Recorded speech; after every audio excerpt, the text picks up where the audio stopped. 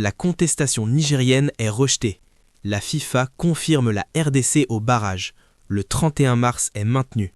Les Léopards joueront bien à Guadalajara. Mais cette bonne nouvelle n'est que la surface. En dessous, il y a une liste à publier, des dossiers administratifs qui traînent, des joueurs qui reviennent de blessures, d'autres qui risquent de perdre leur place, et des élections à la FECOFA qui pourraient tout changer. Aujourd'hui, sur SL Foot, on va tout décortiquer. La décision de la FIFA et ce qu'elle signifie vraiment, l'état de la liste de deux arbres et les informations qu'on a pu recueillir, les retours qui vont créer un embouteillage de talents, les joueurs qui risquent de sauter, et les élections à la FECOFA dont personne ne mesure l'importance. 5 sujets, 0 langue de bois, comme d'habitude. C'est parti. Commençons par la nouvelle principale, celle qui met fin à des semaines d'incertitude et d'angoisse pour tout le football congolais. La FIFA a officiellement validé la liste des 6 nations qui participeront aux barrages intercontinentaux pour la Coupe du Monde 2026 au Mexique. Et la République démocratique du Congo en fait partie, officiellement, définitivement, sans appel. Pour comprendre pourquoi c'est un soulagement, il faut revenir quelques mois en arrière. Lors des derniers matchs qualificatifs, les Léopards avaient affronté 2 géants du football africain, le Cameroun et le Nigeria. 2 confrontations décisives pour déterminer qui poursuivrait la route vers le mondial. La RDC s'en était sortie. Elle avait décroché sa place pour les barrages. Mais le Nigeria n'avait pas accepté. La fédération nigérienne avait déposé une contestation officielle auprès de la FIFA. Selon eux, la RDC ne devait pas occuper cette place. Ils voulaient récupérer le ticket. Et pendant des semaines, cette contestation a plané comme une ombre au-dessus de la tanière des Léopards. Les supporters se demandaient « Est-ce que la FIFA va nous retirer ce qu'on a gagné sur le terrain? Est-ce que tout ça va nous être volé dans les bureaux ?» Aujourd'hui, la réponse est claire. Non. La FIFA a tranché. La contestation nigérienne est rejetée. La RDC est confirmée dans le tournoi des barrages qui se déroulera à Guadalajara au Mexique. 6 nations ont été retenues pour ce mini-tournoi. La RDC, la Nouvelle-Calédonie, la Jamaïque, la Bolivie, le Suriname et l'Irak. 6 équipes venues de différents continents pour se disputer les derniers billets pour la Coupe du Monde. Le programme des Léopards est désormais gravé dans le marbre.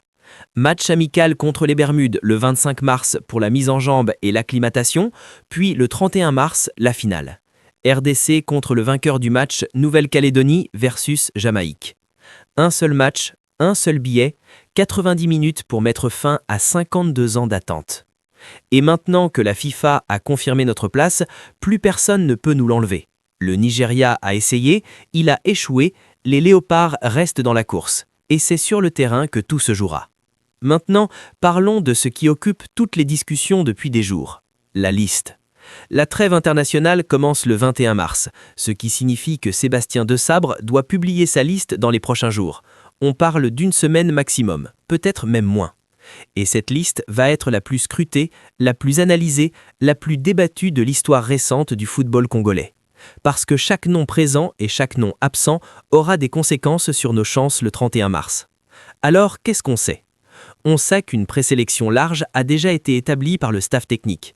On en a parlé dans nos vidéos précédentes, cette fameuse préliste de 42 noms transmise à la FECOFA pour les démarches administratives et logistiques. Mais de cette préliste, Desabre devra extraire une liste finale. Et c'est là que les choix deviennent cruels. Parmi les noms qui circulent dans cette présélection, plusieurs dossiers de binationaux attirent l'attention. Arnaud Kalimwendo, on en parle depuis des semaines. Le joueur veut les Léopards, sa lettre est déposée à la Fédération française, mais le dossier est toujours bloqué entre les deux fédérations. La validation de la FIFA n'est pas encore arrivée, et tant que cette validation n'est pas là, Kalimwendo ne peut pas être officiellement sélectionné. Est-ce que ça peut aboutir avant le 31 mars ? C'est possible, mais c'est une course contre la montre. Et honnêtement, les chances diminuent chaque jour qui passe. Alonso Ngwanda, son nom revient également dans les discussions, un autre binational dont le dossier dépend de l'évolution des démarches administratives. Si les documents sont validés à temps, il pourrait apparaître dans la liste finale. Sinon, il faudra attendre le prochain rassemblement. Et puis, il y a le cas Stephy Mavididi. Des rumeurs ont circulé sur les réseaux sociaux affirmant qu'il aurait déjà obtenu son passeport congolais et serait prêt à rejoindre les Léopards. La réalité est un peu différente. Le joueur a bien entamé les démarches. Son dossier serait même complet et transmis à la FIFA pour validation. Mais la procédure n'est pas encore terminée. Avant de pouvoir porter officiellement le maillot des Léopards, il doit attendre la confirmation de son changement de nationalité sportive. Ce n'est qu'après cette validation qu'il deviendra officiellement sélectionnable. Si ces démarches prennent plus de temps que prévu, il ne faut pas s'inquiéter outre mesure. La prochaine trêve internationale aura lieu dans environ 4 mois, toujours dans le cadre de la Coupe du Monde 2026. Ce délai permettrait de finaliser tranquillement tous ces dossiers. Mais pour le 31 mars, la probabilité de voir ces binationaux en maillot bleu ciel reste faible. Il faut être réaliste. Et c'est là qu'on arrive au vrai sujet de cette liste. Pas les arrivées, les retours. Parce que ce sont les retours qui vont tout changer. 3 joueurs majeurs sont en passe de retrouver le groupe des Léopards après avoir manqué la dernière CAN. Et ces 3 retours vont créer un véritable embouteillage de talent dans le secteur offensif. Silas Katompa Mvumpa, l'attaquant revient en forme. Sa vitesse, son imprévisibilité, sa capacité à déstabiliser n'importe quelle défense en font un joueur capable de changer un match à lui tout seul. Son retour dans le groupe est de plus en plus évoqué et serait un renfort considérable. Yohan Wissa, de retour de blessure et en montée de puissance avec Newcastle. Buteur en Ligue des Champions, passeur décisif en Première Ligue, Wissa revient au meilleur moment. Et quand il est en confiance, c'est un joueur 4 étoiles capable de sortir de merveille. Grady Diangana, le créatif, celui qui peut changer le cours d'un match en sortie de banc avec un dribble, une passe, une inspiration. Si sa forme physique le permet, son retour ajouterait une dimension supplémentaire à l'animation offensive des Léopards. 3 retours, 3 joueurs de qualité européenne, 3 renforts pour le 31 mars. Mais voilà le problème. Et c'est un problème mathématique impitoyable. La liste finale sera limitée à 23 ou 26 joueurs. Chaque joueur qui entre signifie qu'un autre sort.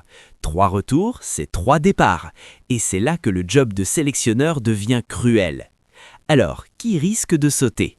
Analysons froidement. Le cas le plus évident, c'est Michel-Ange Balikwisha.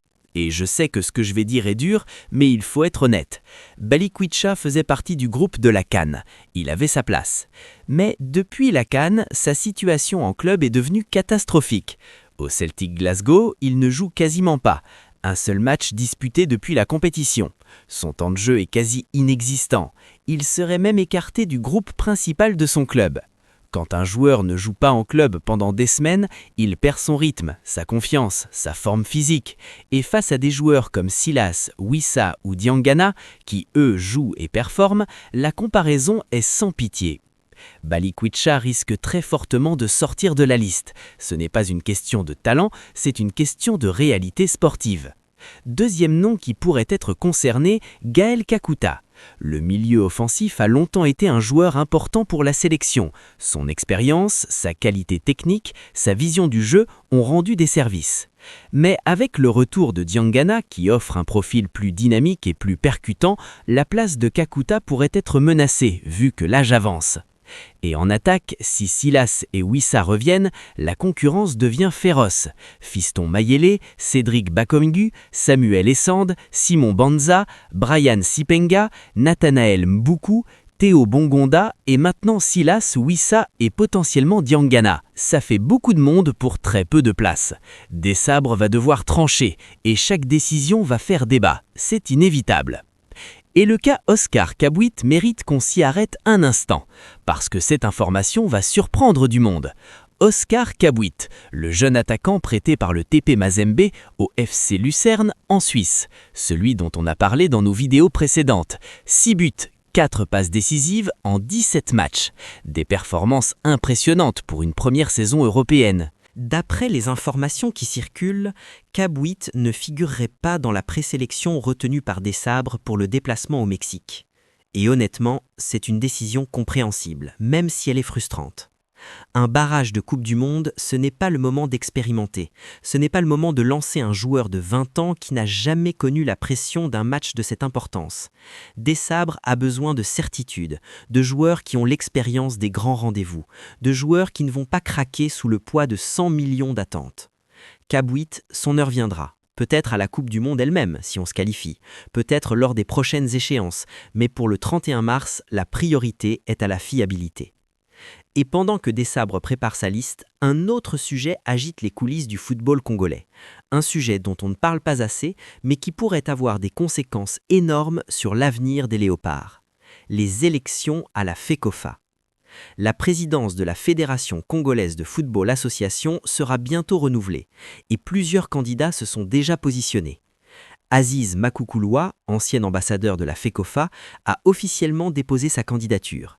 Son ambition, participer à la reconstruction et au développement du football congolais. Jean-Claude Ngoy Kassanji, l'ancien président du SM Sanga Balandé, s'est également lancé dans la course. Celui qui avait mené son club vers de belles performances sur la scène nationale veut désormais diriger toute la fédération.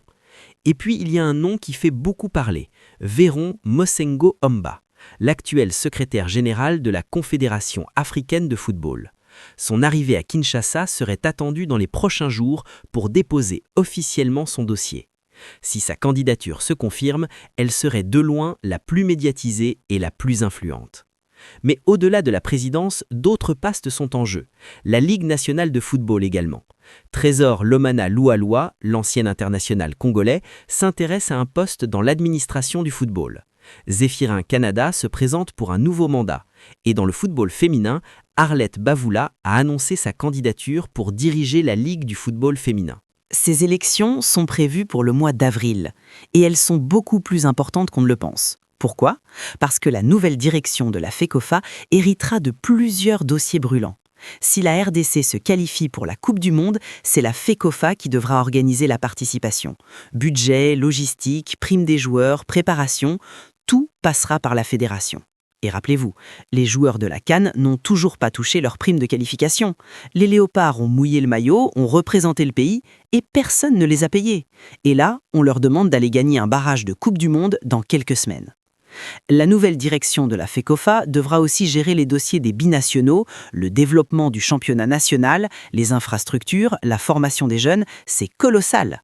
Donc, ces élections, ce n'est pas juste de la politique, c'est l'avenir du football congolais qui se joue. Et le choix du prochain président de la FECOFA sera déterminant pour savoir si tout ce qu'on construit aujourd'hui avec les Léopards va durer ou va s'effondrer.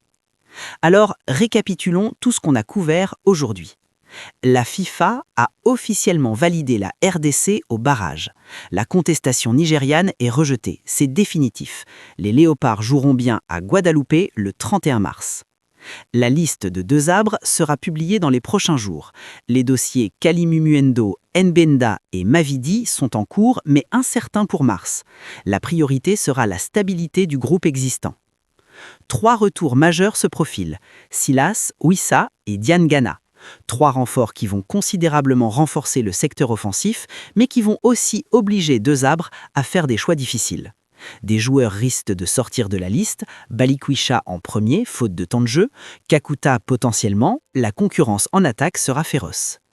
Oscar Kabouit, malgré ses performances en Suisse, ne serait peut-être pas retenu pour le Mexique. Son heure viendra, mais pas maintenant. Et les élections à la FECOFA approchent, un enjeu qui dépasse largement le cadre sportif et qui déterminera l'avenir du football congolais pour les prochaines années. 52 ans, c'est le poids de l'attente. Et dans quelques jours, on saura enfin avec qui on part au Mexique pour tenter de la briser. La confirmation de la FIFA met fin au doute. Les Léopards sont dans la course, officiellement, définitivement, et personne ne pourra plus nous enlever ça. Ce qui reste à faire maintenant, c'est simple.